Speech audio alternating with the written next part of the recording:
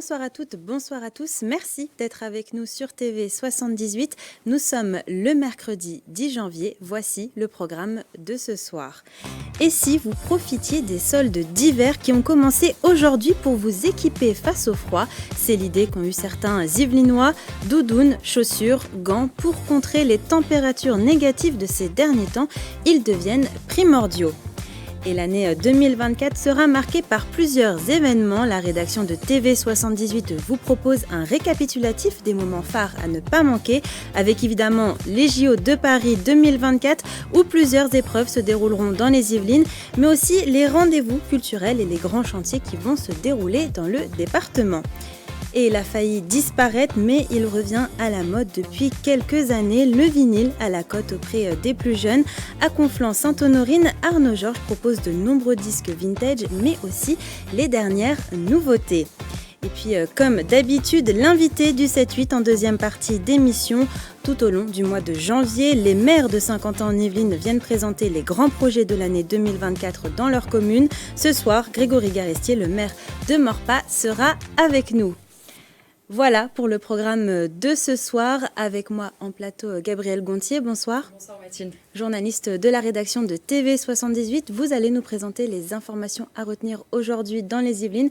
On va parler du froid, je suppose. Oui, on va parler du froid, mais ça s'améliore, Mathilde, avec la levée de la vigilance orange neige-verglas dans les Yvelines. On parlera également d'un mouvement de grève qui a lieu au lycée Jean Rostand de Mantes-la-Jolie, où les professeurs sont en grève après la réception de menaces de mort envers une professeure du lycée. Et donc on fera le point avec vous dans quelques instants. Dans l'actualité, aujourd'hui également les soldes d'hiver qui ont débuté ce matin. Et avec le froid, certains Yvelinois en profitent pour s'équiper en vêtements chauds.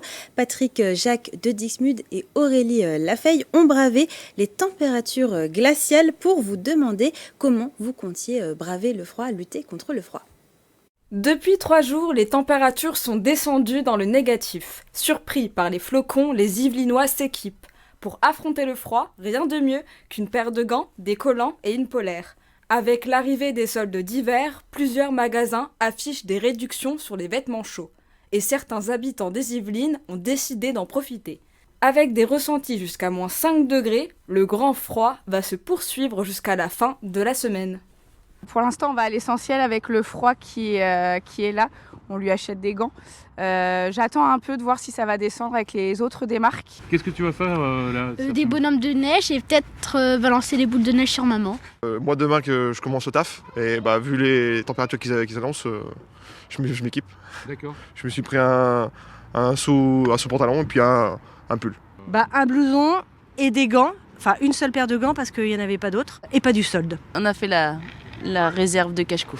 Mes gamins vont au ski pour le collège et donc j'ai attendu quand même les soldes pour leur acheter ce qui manquait, quoi. Et les soldes d'hiver se poursuivent jusqu'au 6 février si vous comptez faire des bonnes affaires. Allez, c'est l'heure à présent de faire le point sur les informations à retenir aujourd'hui dans les Yvelines.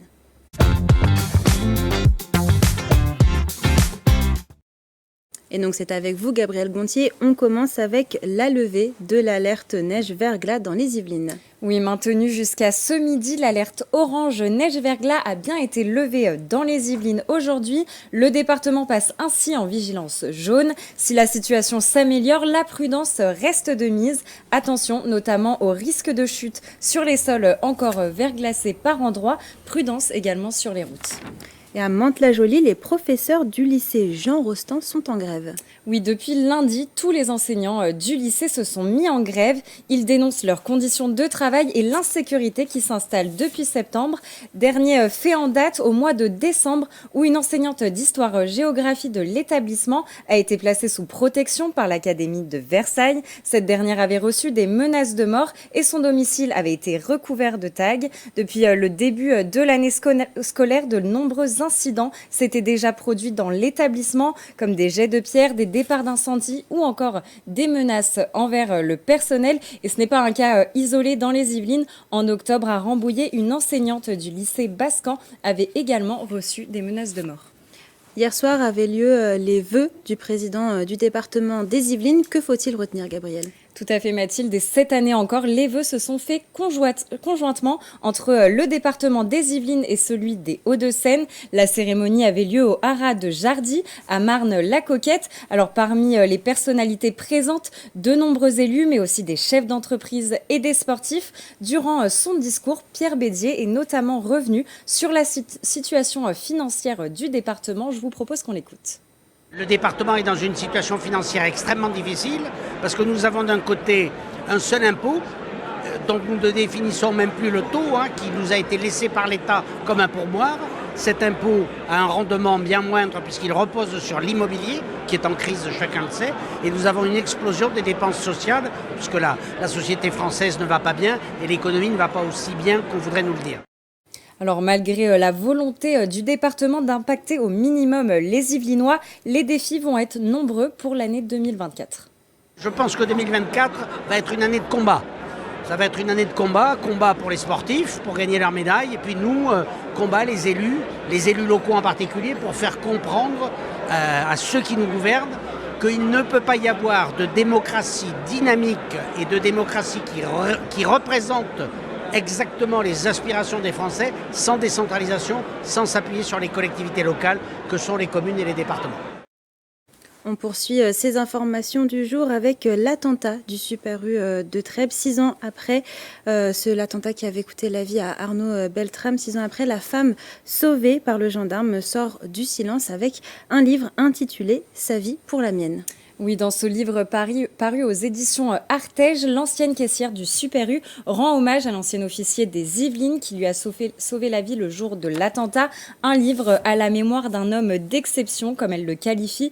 Pour rappel, Arnaud Beltrame avait passé une partie de sa carrière dans les Yvelines, notamment au sein du groupement blindé de gendarmerie mobile de Versailles-Satory. Aujourd'hui, d'ailleurs, Mathilde, une rue porte le nom du colonel dans le quartier des Chantiers. Et on termine ces informations, Gabriel, avec du sport et plus particulièrement du volley, avec une défaite en Coupe de France pour l'Union sportive de Conflans-Andrézy-Jouy.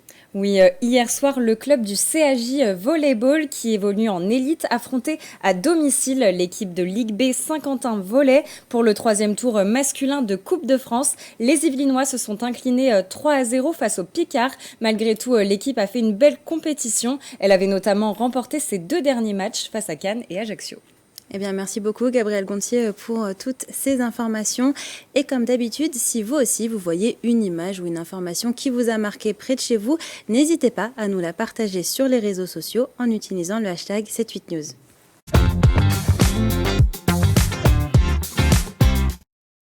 Sport, culture, loisirs, travaux, l'année 2024 s'annonce riche en événements entre les Jeux Olympiques de Paris 2024 qui s'invitent sur le territoire yvelinois ou encore les grands chantiers de l'année dans le département. Voici une sélection des 10 événements importants pour l'année à venir. C'est parti, en 3 minutes top chrono, voici les 10 événements importants de 2024 dans les Yvelines. En sport, la course au soleil Paris-Nice partira pour la 15e année consécutive des Yvelines. Le 3 mars, les coureurs s'élanceront des Mureaux. Le lendemain, ils partiront de Thoiry.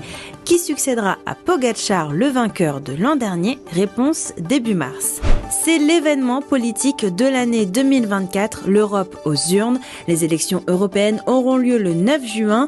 Au total, 720 députés européens seront élus, dont 81 pour la France. Au mois de juin également, il soufflera comme un air d'Interville du côté de Rambouillet. L'agglomération organise ses premières Olympiades entre les 36 communes de son territoire.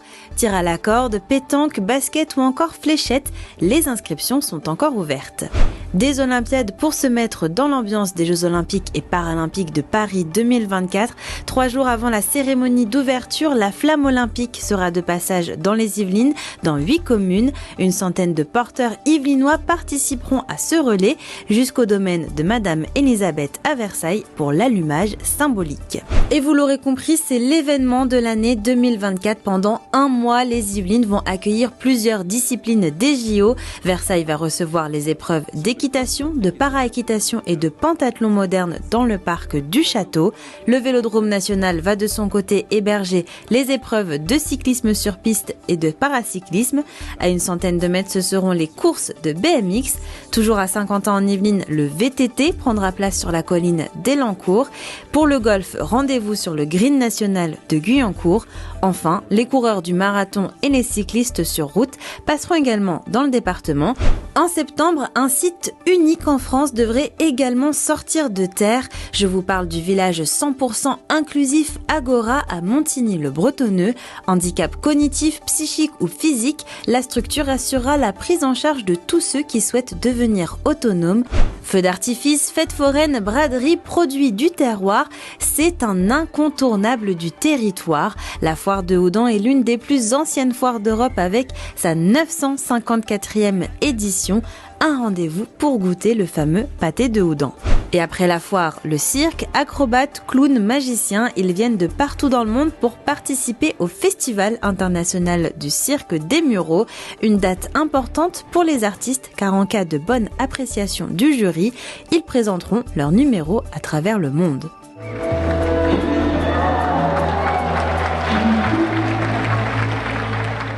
Et c'était il y a 3 ans, mais ils seront jugés à partir du 12 novembre. 8 personnes sont mises en cause dans l'assassinat du professeur Samuel Paty. 2 seront notamment jugés pour complicité d'assassinat terroriste, l'infraction la plus lourde. Enfin, en 2024, les barrières de péage vont disparaître, tout du moins sur l'A14 au péage de Montesson et de Chambourcy et sur l'A13 au péage de Buchelet. Cependant, il faudra toujours payer, mais sur Internet. Les barrières seront remplacées par des portiques automatiques qui scanneront les plaques d'immatriculation. Et on poursuit cette émission avec un spectacle. Malgré ses travaux de rénovation, le théâtre de Saint-Quentin en Yvelines poursuit sa programmation à l'extérieur. Pour ce début d'année 2024, il propose dès dimanche 14 janvier le spectacle Et si tu danses au château de Breteuil. La directrice de la communication nous dit tout au micro de Clara de Frutos.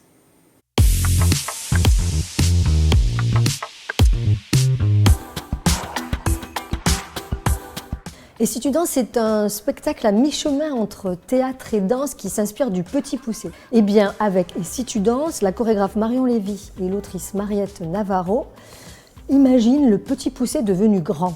Et si tu danses, c'est un spectacle tendre et joyeux qui initie les plus petits à l'invention, à la création et permet aux plus grands de renouer avec les pouvoirs de l'imagination.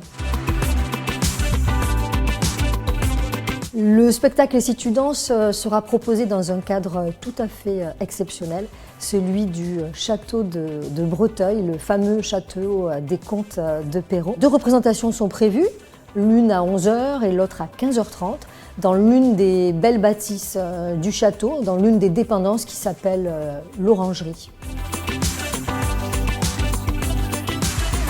C'est la première fois en effet que le théâtre de Saint-Quentin-en-Yvelines programme un spectacle au château de Breteuil. C'est un spectacle qui s'inscrit dans ce qu'on appelle le TSQY en balade. C'est une série de spectacles itinérants de forme légère que nous proposons dans des lieux non équipés. Cette saison, nous avons en tout 9 spectacles TSQY en balade, donc qui vont sillonner l'ensemble du département des Yvelines. Ça représente près de 8000 spectateurs et cela touche près d'une trentaine de communes yvelinoises. Les réservations sont possibles sur le site du théâtre, théâtresqy.org. Une navette est proposée aux spectateurs qui le souhaitent. Voilà, toutes les infos pratiques sur le site. Les enfants de moins de 5 ans ont une gratuité, bénéficient d'une gratuité. Et à partir de 5 ans, et pour tous, le tarif est de 12 €.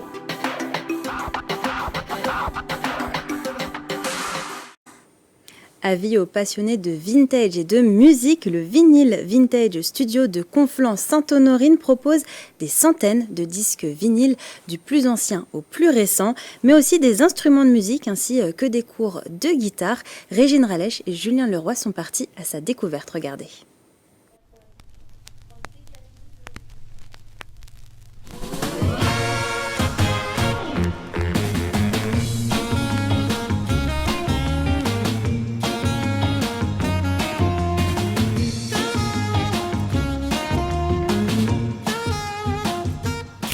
maintenant, note chaleureuse. Si vous entendez de la musique rue Maurice Berthaud à Conflans-Sainte-Honorine, alors ça vient probablement du Vinyl Vintage Studio. Cette boutique, c'est le paradis des mélomanes, vinyle, instruments de musique, cours de guitare ou encore concerts les samedis soirs. Ce disquaire a ouvert ses portes il y a 1 an, imaginé et conçu par Arnaud Georges. Il nous fait la visite. J'ai créé un lieu où on pouvait trouver à peu près tout sur la musique. Donc vous pouvez à l'entrée de la boutique avoir tout ce qui est des goodies, les vêtements. Au milieu de la boutique, vous avez tout ce qui est vinyle d'occasion qui se trouve au milieu. Tous les accessoires pour les instruments. Après, ici, vous avez tout ce qui est vinyle neuf, tout un mural pour les vinyles neufs. Et là, vous avez aussi tous les instruments de musique, donc guitare, batterie, clavier ici au fond et tous les accessoires. Nous avons aussi une scène qui tourne une fois par semaine, le samedi, de 18h à 19h. Vous avez ici, chez nous, 2 studios de répétition. Ce sont des studios que je loue aux groupes qui viennent répéter le soir, essentiellement. Ouais. J'ai beaucoup de groupes qui viennent répéter le soir, entre 19h et 22h. Mais la journée, ces studios sont utilisés par des professeurs. En fait, vous êtes un peu une boutique et une école, un peu tout, quoi. Voilà, c'est ça. En fait, pour tout vous dire, je voulais créer un endroit qui me ressemble et comme j'aurais aimé le trouver quand j'étais plus jeune. Et cette boutique, c'était la surprise pour les Conflanais, d'autant plus pour les jeunes qui raffolent des disques vinyles. Depuis 7 ans, la demande augmente et en 2023, les moins de 35 ans représentent près de 60% des acheteurs. Quand j'ai vu ça il y a 1 an, une boutique de vinyle qui ouvre dans ma ville, moi j'étais super content parce que moi j'adore les vinyles, donc là, plus besoin d'aller loin quand c'est en bas de chez soi, quoi. Bon, mon fils adore tout ce qui est vinyle, il aime beaucoup la musique. Bien souvent, ces cadeaux, c'est ça, c'est du vinyle pour les anniversaires, pour les fêtes. Je trouve ça cool de pouvoir en trouver d'occasion plutôt que d'acheter sur des sites et en ayant du neuf. Donc là, ouais, c'est sympa de pouvoir un peu aussi zioter en direct et tout ça, quoi. Alors Régine, est-ce que vous avez trouvé votre bonheur ? Ah bah oui, totalement. Franchement, j'ai trouvé de la musique haïtienne et latino-américaine. Et donc si vous aussi vous êtes intéressé par des vinyles, sachez que vous pouvez en trouver ici à partir de 4 €.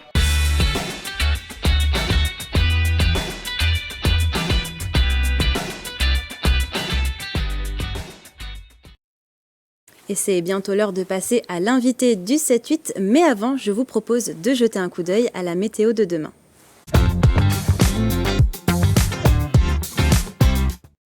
Demain matin, nous devrions avoir un beau soleil sur l'ensemble des Yvelines. Au niveau des températures, elles seront toujours dans le négatif. Comptez -4 degrés à Houdan, -3 degrés à Versailles et Rambouillet et -1 degré à Mantes-la-Jolie.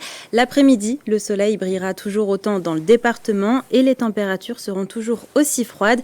Il fera 3 degrés à Mantes-la-Jolie et 2 degrés à Houdan, Rambouillet et Versailles. Pour rappel, Météo France place toujours les Yvelines en vigilance jaune, grand froid. Et demain, nous fêterons la Saint-Pauline. C'est l'heure à présent de l'invité du 7-8.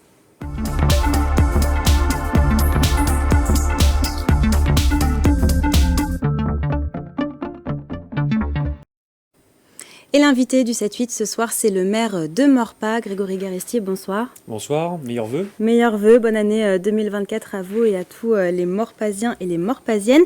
Première question, quel bilan faites-vous de l'année 2023 ? Je suppose qu'entre l'inflation, mais aussi les émeutes urbaines, ça n'a pas été une année facile ? Oui, c'est vrai, ça se cumule. Alors, Maurepas a été assez épargné par les émeutes. Pour autant, 2023, oui, a été une année assez compliquée sur le plan évidemment de l'inflation, des coûts énergétiques, de l'inflation également des coûts sur les ressources humaines au sein de la collectivité, puisque différentes réformes se sont imposées à nous, mais aussi pour le bien-être, j'allais dire, de nos agents publics. Après, une bonne année pour Castalia, le centre aqualudique intercommunal avec la ville d'Elancourt. Une vraie réussite, on a déjà les premiers chiffres sur l'année 2023, 250 000 entrées. Donc on en est satisfait et puis ça montre bien qu'avec le maire d'Elancourt, mon ami Jean-Michel Forgous, on a eu raison de partir sur un équipement neuf, adapté aux besoins d'aujourd'hui et de demain. Et je crois que l'équipement a rencontré son public. Justement, il va y avoir des nouveautés pour l'année 2024 pour Castalia? Oui, absolument. Alors le délégataire est très dynamique, propose un certain nombre d'actions au quotidien. Pour autant, il va y avoir des actions sur les thèmes des Jeux Olympiques. Évidemment, c'est 2024, avec toutes sortes d'actions sportives et d'animations autour des Jeux Olympiques. Donc c'est plutôt bien, en plus de toutes les actions que la commune, elle, mènera de son côté avec les écoles, les centres de loisirs ou les associations. Alors on parlait de l'inflation, on parlait aussi d'un contexte financier compliqué Oui. pour les communes. Est-ce que, à cause de ce contexte compliqué, vous allez devoir augmenter les impôts locaux dans votre commune? Alors, à ce stade, ce n'est pas envisagé. On est en plein arbitrage budgétaire. Nous n'avons pas augmenté les impôts locaux l'année dernière. C'est compliqué. On a dû faire plus d'1 million d'euros d'économies quand même, puisqu'on a dû absorber le choc énergétique, l'inflation, comme je l'ai dit, sur les coûts des ressources humaines et d'autres coûts. On prend par exemple sur tous nos marchés publics 20 à 30% d'augmentation de tous nos coûts. Donc ce qui n'est pas rien, il faut l'absorber, on fait des choix, on fait glisser des investissements. Bref, on a une gestion responsable et rigoureuse. On est très attentif. Alors dans les grands projets pour 2024, Grégory Garestier, il y a la nouvelle halle du marché. Où en sont les travaux? Oui, et j'ai l'impression qu'on parle de ce sujet. Ça fait 5 ans qu'on a eu l'incendie criminel, absolument. Oui. Donc on a perdu du temps avec la Covid, on le sait très bien. Et là, on a perdu du temps. J'avais annoncé que les travaux devaient commencer en octobre. Et lors de mon dernier Facebook Live, j'ai annoncé aux Morpasiens qu'on avait perdu quelques mois à cause d'un appel d'offres infructueux. En fait, on a des entreprises qui n'ont pas répondu. Donc on a dû relancer les appels d'offres. Donc cette fois-ci, on est en pleine négociation. Donc j'ai bon espoir que les travaux commencent d'ici la fin de l'hiver, début du printemps, pour une livraison un an plus tard, en 2025. Mais en tout cas, je rassure les Morpasiens, la halle du marché verra bien le jour. Elle est attendue, une halle du marché moderne, 1500 m², avec panneaux solaires, récupération d'eau de pluie, des toilettes publiques ouvertes 7 jours sur 7, 24 heures sur 24, des étals pérennes pour les commerçants. Bref, une halle moderne avec des travaux qui vont commencer bientôt. Voilà. Alors dans les autres travaux de la commune, le boulevard Miseré qui va passer en 2 fois une voie. C'est là aussi où en sont les travaux? Oui, alors les travaux avancent bien. Donc un projet que nous menons avec l'agglomération de Saint-Quentin, puisqu'on est sur une voie d'intérêt qu'on appelle communautaire. Et donc qui était nécessaire. Le boulevard Miseré est un boulevard qui est surdimensionné avec 8000 véhicules par jour, qui était en 2 fois 2 voies, alors que le boulevard de la Loire, qui est perpendiculaire, était déjà en 2 fois 1 voie avec 16 000 véhicules par jour. Donc on repense la totalité du boulevard, contre-allée pour des nouvelles places de stationnement pour aussi desservir le centre médical des Pyramides qui accueille une IRM. Replantation de plus de 115 arbres et arbustes, création d'une noue de retenue d'eau de pluie. On refait également, on change les réseaux d'eau souterrains, on en profite. Et on passe à 2 fois 1 voie en effet. Et l'objectif, c'est aussi de laisser la place au vélo, aux absolument. piétons. Oui, on élargit les pistes cyclables et piétonnes pour les nouvelles mobilités. Et puis aussi la sécurisation des passages pour les collégiens du collège Pergaud et du lycée des 7 Mars pas loin et du conservatoire. Alors, autre projet d'envergure concernant la circulation, l'enfouissement d'une partie de la route nationale 10 au niveau du carrefour de la Malmedonne. Ça se concrétise. Le projet pourrait entrer en phase d'enquête publique avant le printemps 2024. Qu'est-ce que ça va changer pour les habitants de Morpa ? Écoutez, ça va permettre, déjà c'est un projet qui est attendu depuis longtemps. C'est vrai que là on a pu aboutir sur la répartition financière et sur l'inscription au contrat de plan État-région, ce qui n'était pas gagné. Il y a eu quand même une lourde négociation et je remercie également tous nos partenaires autour de la table pour avoir fait preuve de pugnacité sur ce dossier. Et donc ça va changer le fait que la départementale 213 va être réouverte, parce qu'elle avait été fermée dans les années 60, pour accéder directement à la gare de La Verrière. Donc c'est un projet qui concerne les villes de Coignères et de La Verrière également.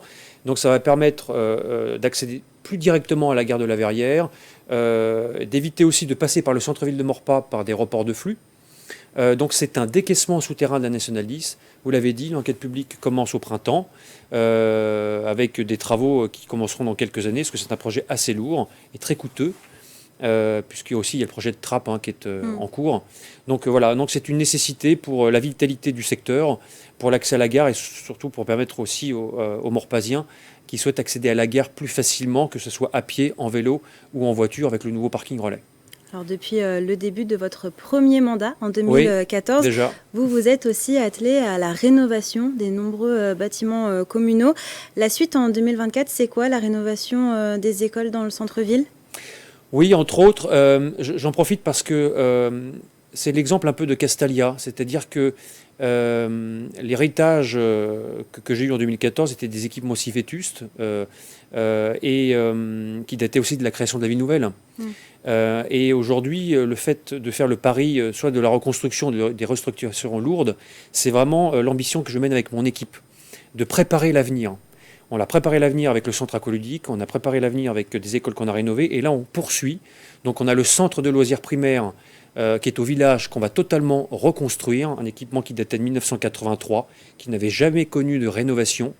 Donc il valait mieux le détruire pour avoir un équipement qui soit moderne, adapté au temps d'aujourd'hui, aux besoins des animateurs et des enfants, puisque ça fait aussi restauration scolaire, ça fait centre d'accueil périscolaire, en plus du centre de loisirs, et un équipement qui soit tourné vers le développement durable, avec la réglementation RE 2020, comme on peut dire un peu techniquement, et aussi les écoles du centre-ville, donc Haute-Futay, Cité-Centre et la Malmedonne, c'est à peu près 600 enfants, 600 élèves qui sont concernés quand même.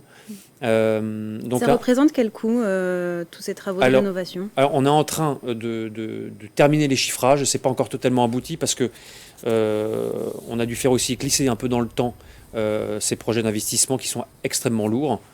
On a fait une concertation aussi avec les parents d'élèves à l'époque. Donc on devrait affiner l'enveloppe budgétaire cette année pour des travaux, je l'espère, qui devraient commencer par l'école de la Haute-Futay l'année prochaine, pour après continuer sur Cité-Centre et la Malmedonne. C'est très lourd, hein. Donc on va prendre notre temps. Ça n'empêche pas l'entretien régulier. Mais en tout cas, ce sont 3 écoles qui en ont besoin, d'autant plus que la Haute-Futay va se transformer, va passer d'une école maternelle à élémentaire pour décharger celle de la Malmedonne qui est déjà suffisamment dense, avec plus de 300 enfants. Donc voilà, on reviendra de toute façon vers les Morpasiens, les parents d'élèves sur ce sujet en courant 2024, mais c'est en train de s'affiner. On avance correctement sur le dossier. Alors pour terminer, Grégory Garessier, il nous reste environ un peu moins d'1 minute pour votre carte blanche. Quel sujet libre souhaitez-vous aborder ? Oui, il y a un projet qui me tient à cœur avec mon équipe. C'est la création d'un parc urbain. Vous le savez, on construit du logement pour faire venir de nouvelles familles. On fait du renouvellement urbain dans la zone d'activité Paris-Ouest en lieu et place d'entreprises soit qui étaient fermées ou soit qu'on aide à se déplacer pour permettre d'accueillir de nouveaux logements, parce que Morpa, vous le savez, a des obligations de construction de logements sociaux, mais pas que. On y fait aussi de l'accession libre à la propriété, on y fait du logement intermédiaire. On va tester aussi un nouveau produit qui s'appelle le bail réel solidaire, pour permettre à des familles qui ne peuvent pas aller dans le logement intermédiaire ou dans l'accession libre de pouvoir accéder à la propriété avec des logements à 20 ou 30% moins chers. Et dans cet écoquartier des Corps-Tarpan, nous allons, sur une surface de 4000 m², y aménager un parc urbain. Je tiens à le préciser parce qu'aujourd'hui, avec la pression foncière que nous avons, il est assez rare de construire des parcs sur des terrains qui peuvent être constructibles. Et donc là, pour la vitalité de la ville, pour aussi garantir son âme, garantir sa qualité de vie, le cadre de vie des Morpasiens et aussi les nouveaux habitants qui arrivent dans cet écoquartier, l'aménagement d'un parc paysager que nous allons co-construire avec le Conseil des jeunes qui a été créé en 2023, qui est une nouveauté aussi. Donc avec les 16 membres du Conseil des jeunes, on va travailler sur ce nouveau parc urbain. Comment, quelle va être l'ambition en termes de développement durable, en termes d'activité ludique. Évidemment dans l'aspect du voisinage, parce que c'est toujours la problématique. Mais en tout cas, voilà, c'est un projet qui nous tient à cœur et je tenais à en parler ce soir. Eh bien, merci beaucoup, Grégory Garessier. Merci à vous de votre invitation. D'avoir répondu à notre invitation. Encore une bonne année 2024 à Morpa. Et c'est la fin de ce 7-8. Merci pour votre fidélité. Je vous souhaite une belle soirée sur TV 78. Prenez soin de vous.